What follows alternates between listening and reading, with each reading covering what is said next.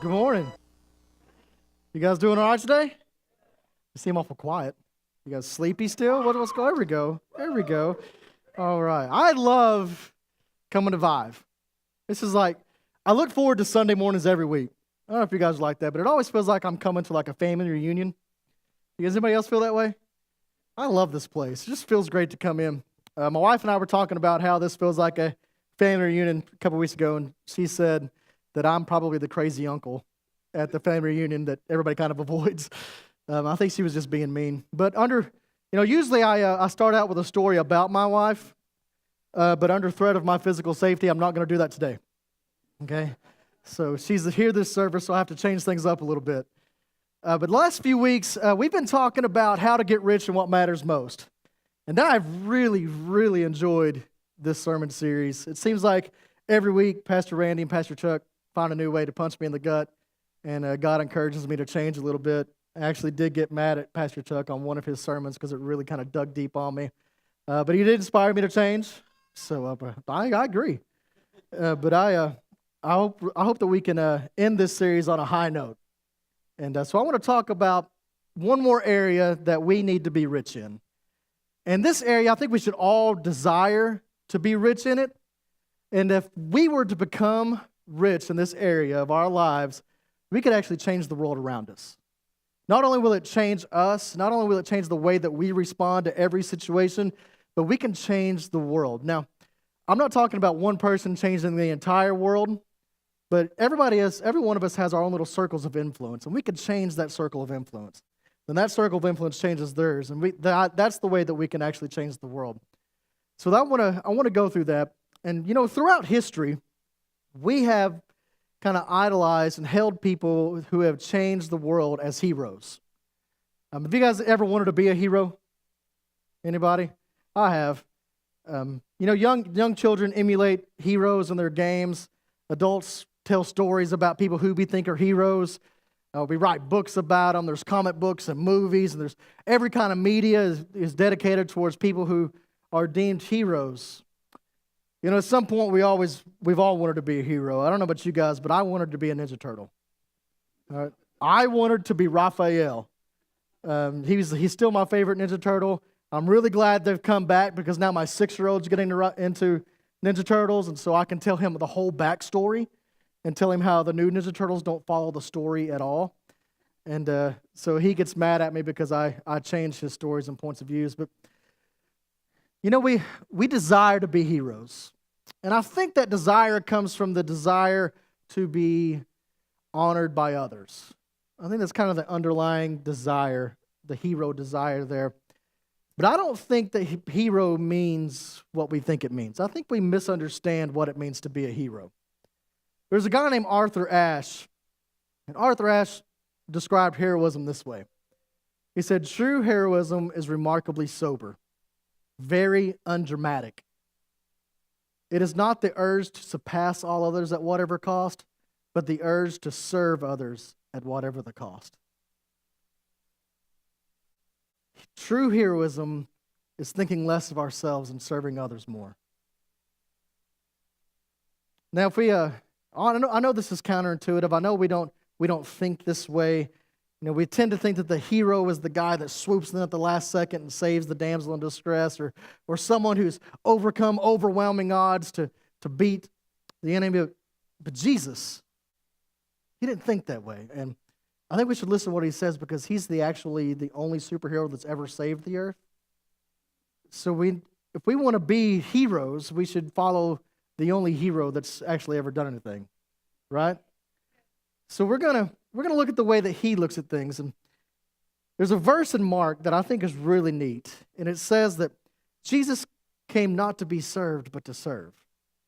Now, Jesus was the Son of God. Jesus is God. Jesus took the infinite and wrapped it in the finite and came and joined us here on this planet.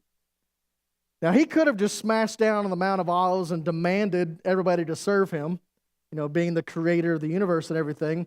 He could have taken that approach, but he decided not to. He came to serve other people. So today I want us to go on a journey. I want us to spend about 20, 25 minutes together, and I want us to discover on this journey the ways that we can be heroes in the way that Christ became a hero.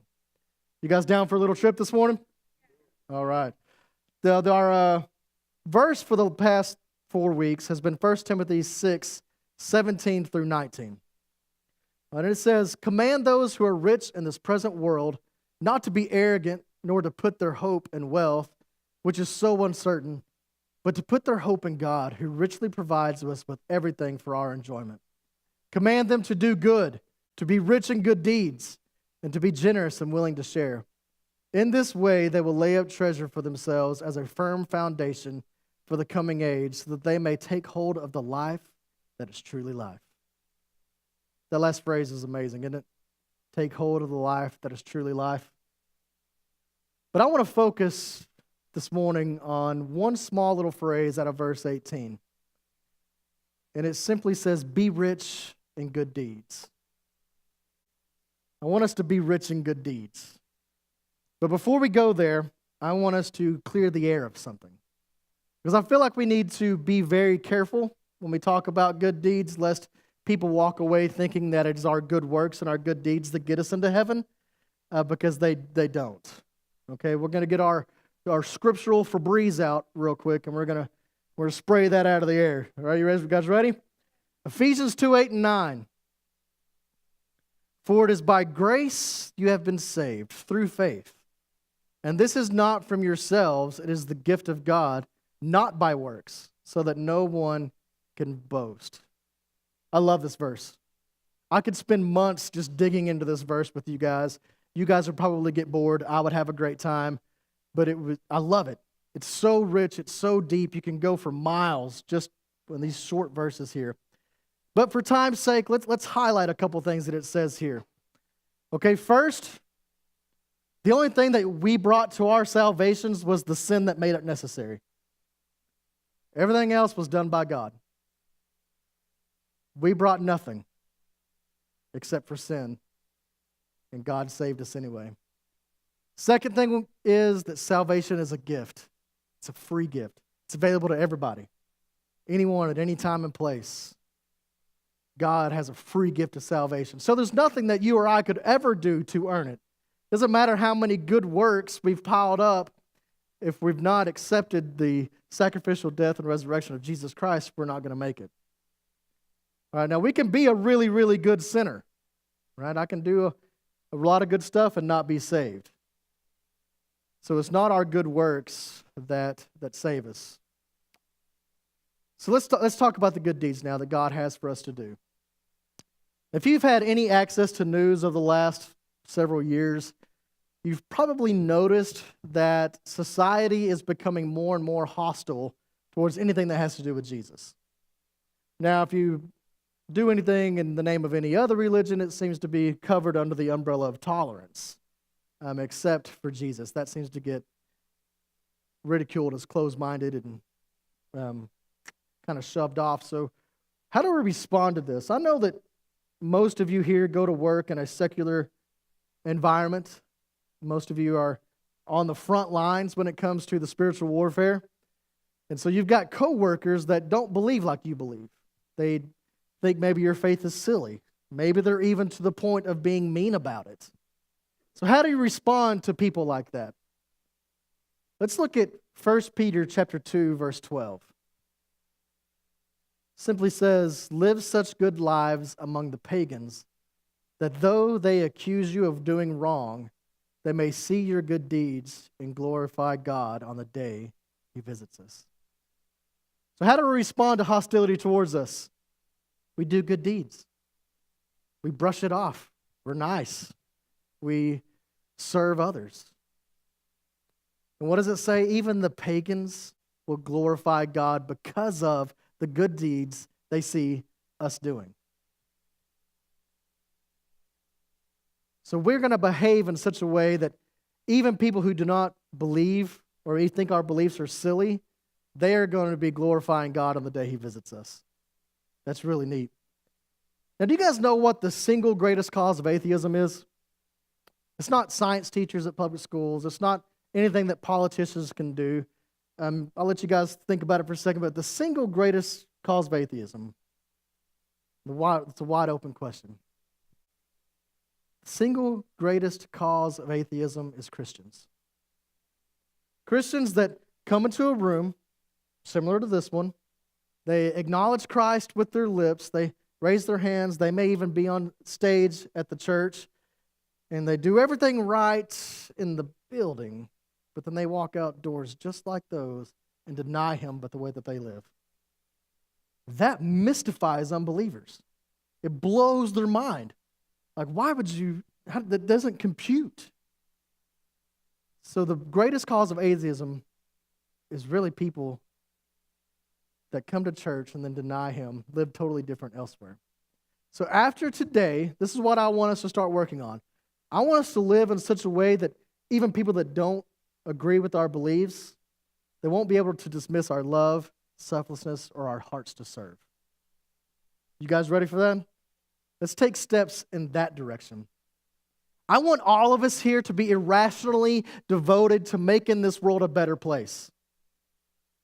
Now, one of us is not going to change the whole world, but we can change the whole world for one person.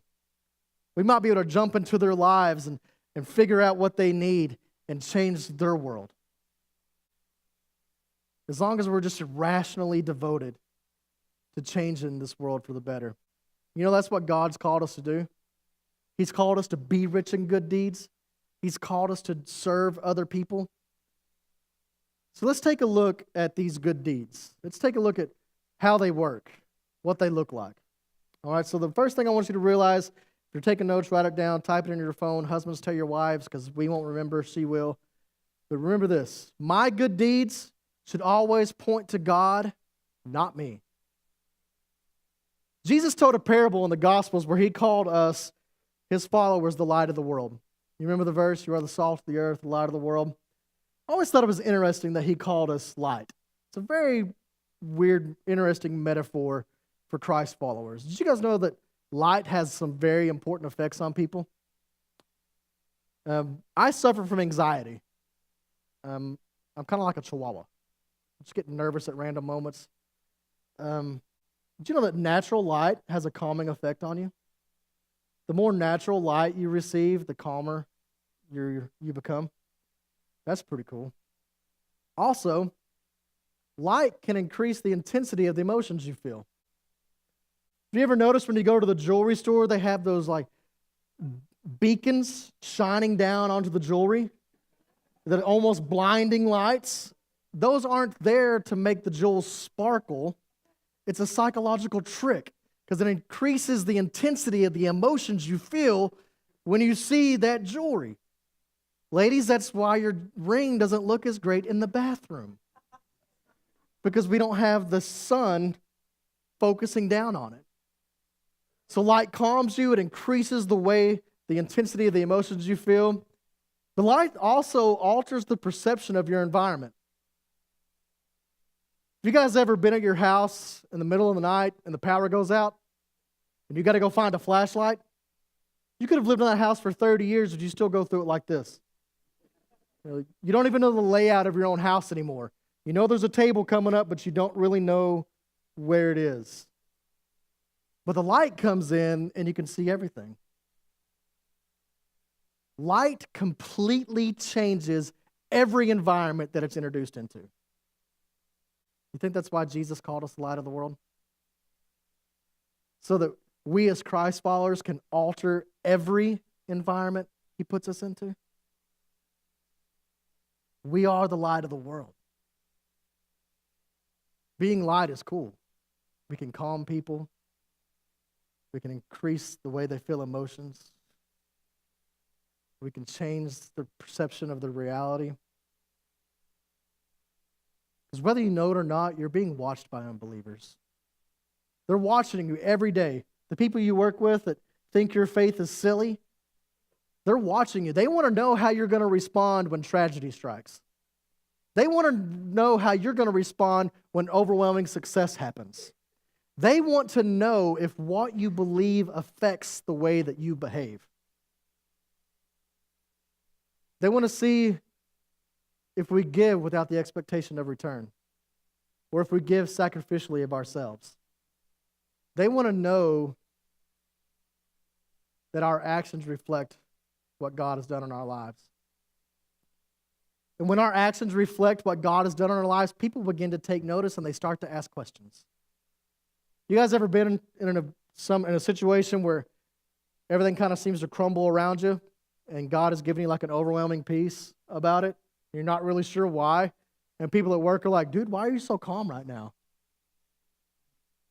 When they see us enact our faith and live our faith and be our faith, they start to ask questions. And when people start to ask questions, those are your divine appointments to share the gospel. Now, we may not realize this, but your actions may be the only sermon somebody hears.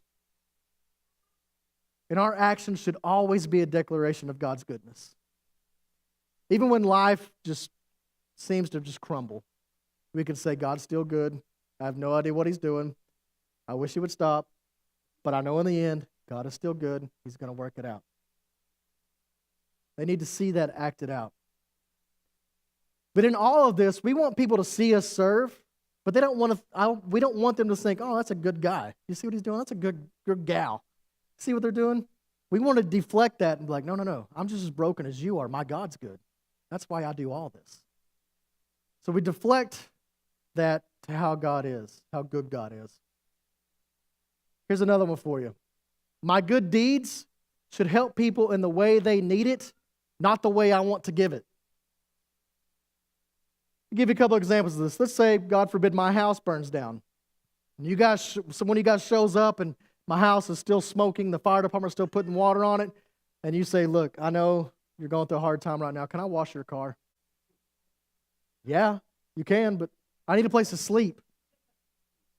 Or what if I lose my job and you guys come knock on my door and you say, hey, I know you lost your job. Things are going to get rough. I've got this old couch in my garage. Do you want it? No, not really. I'd like to have a job, support my family. So we've learned over the past 3 weeks that we're rich, right? We're rich. We have all this excess stuff. And we often find that in our excess, we have a lot of things that we can bless others with. And the default mode is just to give it to whoever comes by or the first person to come to mind. But if we really want to be like Jesus, we need to do some research and see who will receive the biggest blessing from our excess. Jesus did this all the time. He was constantly walking around healing people, and you see it all throughout Scripture. You guys remember Mark 2 where the paralytic gets lowered through the ceiling? And the first thing Jesus says to him was, your sins are forgiven. I'm sure the guy was like, thanks. Kind of thought I was going to get my legs back. But Jesus was able to see what he actually needed and meet his actual need. Now, he did heal him, but he took care of his actual need first. We never see a story in the Gospels anywhere where Jesus walks up to somebody and says, hey, bud, I just turned your water into wine. Enjoy the leprosy. He doesn't do that. He meets the actual need. Now, if anybody's ever had a counseling class, you've heard that people will present to you their presenting need. This is the presenting need where this is something they feel comfortable talking about. This is something they may test you with, or this may be something they're trying to keep you at arm's length with. And then your mission as the counselor is to get behind the presenting need to the actual need. And that's what Jesus was really, really good at. So in our culture, we have excess. So it's really easy for us to throw money at a problem, isn't it?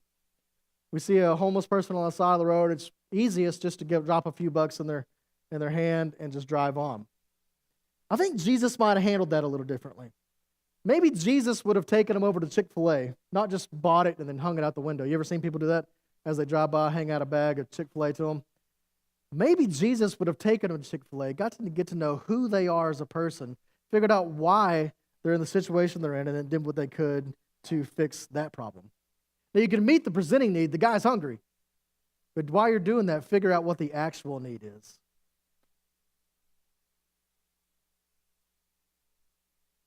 So I get why we don't do this, because getting involved in people's lives are messy. Okay? I get it. Let me tell you about my Wednesday. Okay? I was up here pretending to work at the church, and my wife starts texting me. Someone's banging on the door and screaming. Okay, they'll go away. But her ticks continue to get a little bit more frantic. Well, I find out it's a new set of neighbors that we've got who are a little different. And so I decided, well, okay, I'm coming home. I'll fix it. I just want to get her off of my lawn, basically. But when I get there, I find out she's having a complete psychotic breakdown right on my front porch. And so I send my son inside with my wife, and she and I are walking. I kind of start walking with her back to her house. It turns out she was looking for her cat. So I said, let's go find your cat. But then she starts running from invisible fire. And I start looking in the bushes for the camera crews because I'm 100% certain I'm on like a prank show. So I'm looking around. But eventually I was able to get her calmed down. She had requested that I call her doctor, which I didn't have his number. So I called the sheriff's office. He comes. They get her help. But I was able to help her in the way that she actually needed help. What I wanted her to do was just kind of shoo her off my lawn and, hey, go, get away. You're freaking my wife out. But I was able to enter into her mess, enter into what she had as reality, and get her the help that she needed. Another thing that led to was her husband came to my house on Friday. My son's riding his bike in a panic mode. And he's like, hey, her husband's coming to see you. I'm like, okay, I don't know what this is going to be. But he and I sat on my front porch for a long time just talking. I was able to help him out as well. So when we enter into people's messes, we discover that they have as many or more problems than we have. And I'll be honest with you, I can't handle most of my own junk. I don't want any of yours. But I will enter in with you. Because that's what Jesus has called us to do. That's the way that we need help. We've been called to share each other's burdens. We've been called to have relationships that meet needs. So when we're in our relationships, we need to look for ways that we can actually help them and not hurt them. We don't want to enable people to do what they're doing. We want to be able to help them. So finally, let's look at this. My good deeds will glorify God through the church. Now, we are the church. We're all one body. We serve many different functions.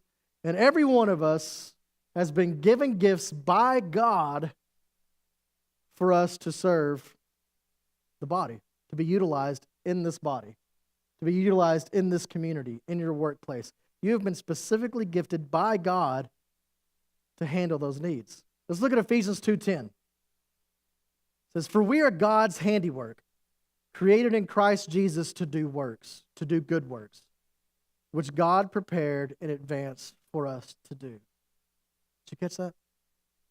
God has prepared good works for us in advance. This is on the tail end of Ephesians 2:8-9, where it says we're not saved by good works. So what do we gather from that? We're not saved by good works, we're saved for good works. So before the foundation of the earth was laid, God said He knew you. He formed you together. He planned all of these good works in advance for you to do. So let me lay something kind of heavy on you. If you're not utilizing your gifts that God has given you, then there are good works that God has prepared beforehand that are not happening. Those good works are not happening if we're not using our gifts where God has placed us. Everything that happens here at Vive happens because people are involved in serving. We're passionate about serving here. Not because serving gets stuff done, but because serving changes our heart and aligns our heart with the heart of God. Serving is very important. When we serve each other, when we serve our community, the world takes notice. We stand out in a self-seeking society. When we are selfless and serve each other, we stand out. We're able to make a difference. Now, maybe you have trouble serving. Serving doesn't come naturally for a lot of people. To give selflessly is not a natural thing that we do. It takes practice. I'll tell you what, start at home. If you're married, serve your spouse. Husbands, serve your wives. Wives, find a way to serve your husband. If you want your relationship with your spouse to go deeper, serve her. If your relationship is broken for what you think is beyond repair, serve her. Give of yourself selflessly. Serve your children. Serve your neighborhood. stand out. Things that stand out get attention. And when we're serving other people, people get curious about what's actually happening here. And then we have a divine appointment once again to share the gospel with others. But the most common objection I get to serving is time. I get it, we're busy people. Time is precious. We only get so much of it. And life is happening, and we're trying to keep up and not miss any of the important moments. Life is fast, isn't it? When I was a teenager, I remember having absolutely nothing to do. You know, me and my friends would just walk the river sometimes just to get out of the house. Now you can't even have lunch with a teenager because they're so busy. You try to take them out for coffee or a soda, and they're like, well, I've got sports, I've got martial arts, I've got all this stuff going on. Da, da, da, da, da. It's ridiculous. We've got to carve out time. Because time is the most precious asset we have. And I know we only get a limited amount, and we want to use it wisely. But I want to share something with you guys. And this is the most important thing from today. I want you guys to remember this above everything, all right? What you do with your time reveals what you value in your heart. Where you choose to invest your life shows what you value. If you choose to invest in other people, it shows that you value other people. If you choose to invest in your spouse, it shows that you value your spouse. I always look for ways to serve my wife. Now, it's easier for me because we've been married for 8 years and I'm still desperately in love with her. I chased her for 17 years. All of her other options finally ran out, and she was like, all right, whatever. So I have no idea. I'm telling you, I caught her at a weak moment. And I thank God every day for that weak moment. But my dream is to work really hard right now so that one day my wife wouldn't have to work and she'd just do what she wants to. I think that would be an awesome gift to my wife. Now, she agrees. Now, my wife loves to work. She loves to hang out with people, but I don't know. I try to find different stuff that I can do for her. Going to the grocery store when we're both worn out. I don't like the grocery store. There's a lot of people there. But I do that for her so that she doesn't have to. But guys, I want to show you guys a little clip. I want to show you guys a clip. It's written just for you, all right? Then I'm going to ask you guys a series of questions. So let's watch this clip.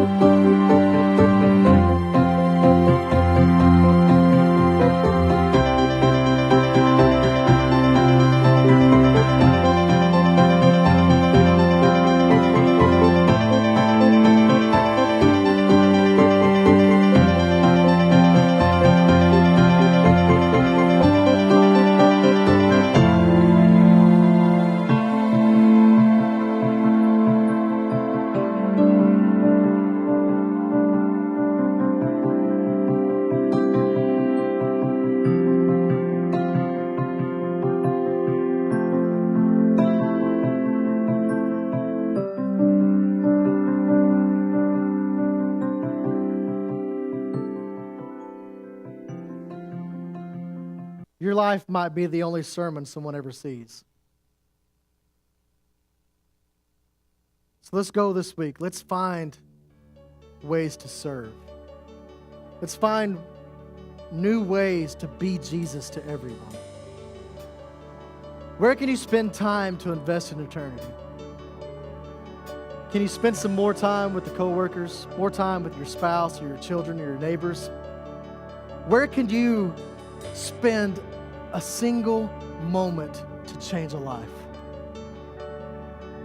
What gifts do you have that are not being used?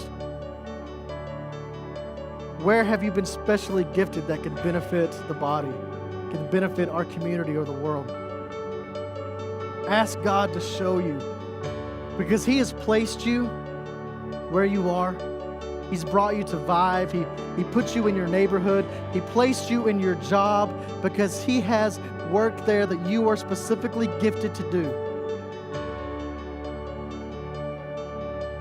You know, we've been talking about how do we get rich in things that matter. The truth is that genuine wealth is found in what you give, not what you have. Where can we give more of ourselves? I've been wrestling with that question all week long. Where can I give more of me? So will you guys stand with me? I want to challenge you. As we go out from this morning, ask God to show you the needs that you have been gifted to meet. Pastor Randy said last week, not every need needs your attention. So look for the needs that you have been specifically gifted to meet. God has a purpose. Let's fulfill it. Pray with me. Father, I pray that this week, everyone in this room, everyone watching online, God, you would show us something that you have designed for us to do. You would show us at least one of the good works that you prepared in advance. God, give us the courage and the strength and the grace to go after it. Father, break our hearts so that we serve more. God, show us where you need us. Move us as you will. Lord, I pray that this week we will be able to find out where you need us most so that we can change the world for you. We love you. In Jesus' name, amen.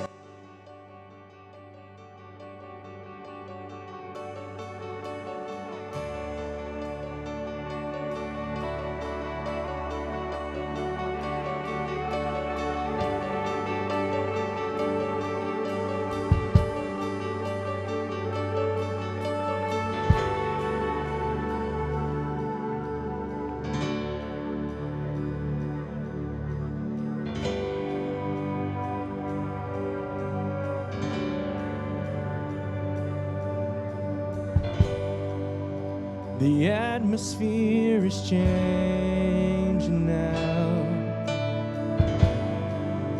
The Spirit of the Lord is here.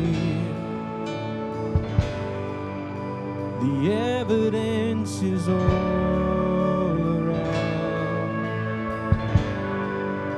And the Spirit of the Lord is here.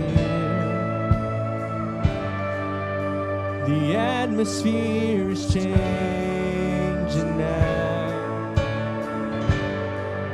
Well, the Spirit of the Lord is here. The evidence is all around. The Spirit of the Lord is here. Overflow in this place. Fill our hearts with your love. Your love surrounds us. You're the reason we came to encounter your love. Your love surrounds us.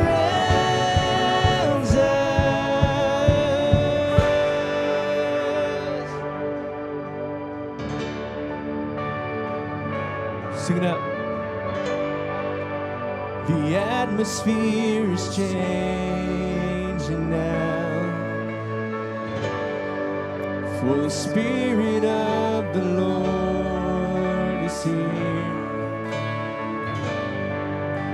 The evidence is all around that the Spirit of the Lord is here. Overflow in this place. Fill our hearts with your love. Your love surrounds us. You're the reason we came to encounter your love. Your love surrounds us. Overflow in this place. Fill our hearts with your love. Your love surrounds us. You're the reason we came to encounter your love. Your love surrounds us.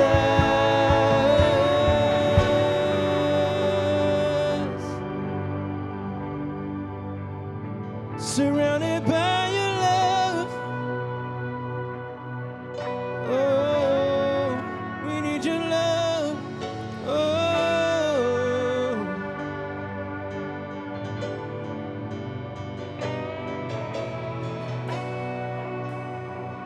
sing it out to him from the depths of our heart this morning.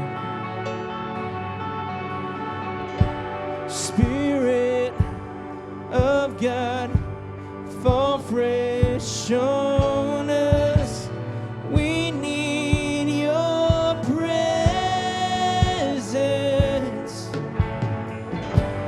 Your kingdom come, your will be done, here as in heaven.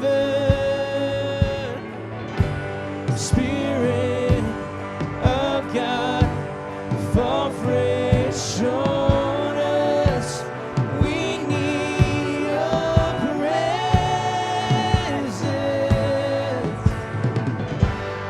Your kingdom come, your will be done, here as in heaven.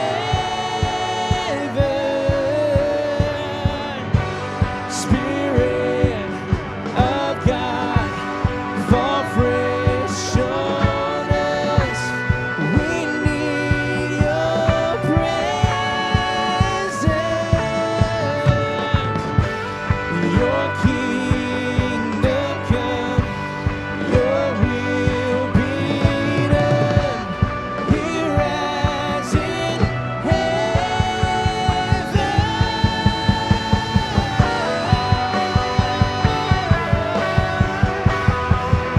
We need your presence, Lord, here in this place, God.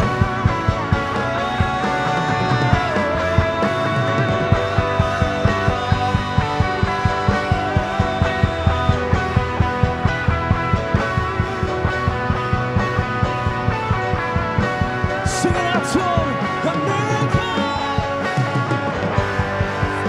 A miracle can happen now.